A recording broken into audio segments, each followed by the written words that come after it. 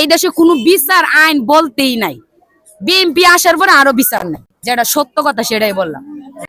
এখনকার সময়ে আমাদের বাচ্চাদেরকে জন্ম দেয় মনে করেন বিদা, কি লিগে কোনো বিচারই নাই, এই দেশে কোনো বিচার নাই। রামিসার বিচার দুজি সরকার দুজি সরাসরি ভাবে প্রকাশ্যে মারতো রামিসার হত্যাকারীরে, তাহলে আরো 10টা পুরুষে ভয় পাইতো যে এভাবে শিশুরারে দর্শন করলে এভাবে বিচার হয়। এখন এই দেশের সরকারে কোনো কত থেকে নিল না, নিচে রায় দিছে, মানে কি যে আদালতে করে ওরাই জানে। তা আমাদের মেয়েরা কিভাবে নিরাপত্তা দিব, কোন দেশে? তাহলে মেয়েরা জন্মই দেওয়া যাবে না, জন্মের পরে ওদেরকে মৃত্যুকরণ ছাড়ার কোনো উপায় নেই, আর কোনো উপায় নেই। এই আগের ইসলামের যুগের অনুযায়ী, বুঝছেন, মেয়েদের কোনো জন্ম দেয় এখন ঠিক হইব না, হয় পুরুষ এই দেশে মেরে লাইবো, নাহলে মেয়েদেরকে মেরে লাইতে হইব, যে কোনো একটা করতে হইব। এই বাংলাদেশের সরকারে কোনো পুরুষ বাঁচতেই পারবো না এই দেশে। আর যারা এরকম জিনাকারি করে ওদেরকে প্রকাশ্যে মাইরে হত্যা করার দরকার, তাইলে না আপনি 10টা পুরুষ ভয় পাইতো, কিভাবে ভয় পাইবো? দেহে কোনো বিচার হয় না, আদালতে নেয় 6 মাস আগে জামিন দিয়ে দেয়, শেষ। তাইলে আরো 10টা পুরুষের দর্শন করলে, 10টা পুরুষ দর্শন করলে মেয়েরার কোনো সমস্যা আছে? আবার এই শিশুরারে মারে, শিশুরার কি হয়েছে? শিশুরা মানে দুনিয়াতে বেড়ে যাওয়ার আগে আপনারা মাইরা লাইতেছে।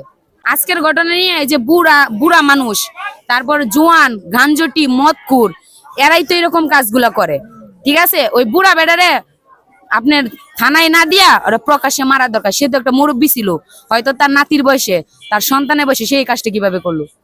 সে কিভাবে করলো? এই শিশুর এই যে দর্শন তো বড় কথা না, তার ফ্যামিলির যে মান সম্মান ইজ্জত গেছে, এটা কে এটা দায় বাই নিবে? মেয়েটারে বিয়ে দিতে গেলেও তো এখনকার সমাজ, সামনে সমাজে কি বলবে যে এটা দর্শনকারী মেয়ে।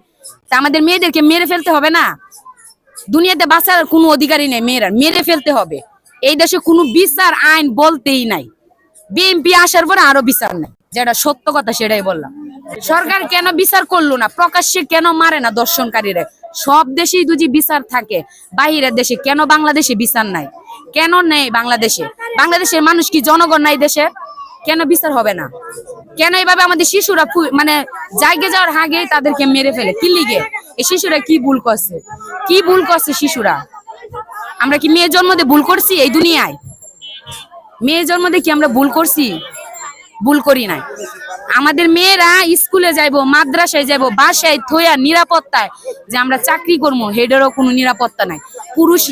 পুরুষরা এমন বাড়ছে, মানে ওদেরকে কি কমু করার কোনো বাসায় আমাদের নাই। এন আমরা একটাই করতে হবো, মায়েরা মাইরা লাইতে হবো, বিষ খাওয়াই মাইরা লাইতে হবো, এছাড়া আর কোনো উপায় নাই। এন আজকে যে ঘটনা করছে রামিসার ঘটনার বিচার দুজি কড়াকড় ভাবে হইতো, 1 মাসের মধ্যে, 10 দিনের মধ্যে, 15 দিনের মধ্যে যদি সরাসরি তারে ক্রুজ ফায়ার করে মারতো 10 জনের সামনে, আজকে এই বুড়া চাচা এই কাজটা করার সাহস পাইতো না। সে কিভাবে, সে 2 দিন পরে মরে যাবে, সে কিভাবে এই কাজটা করলো? কিভাবে করলো এই কাজটা বলেন?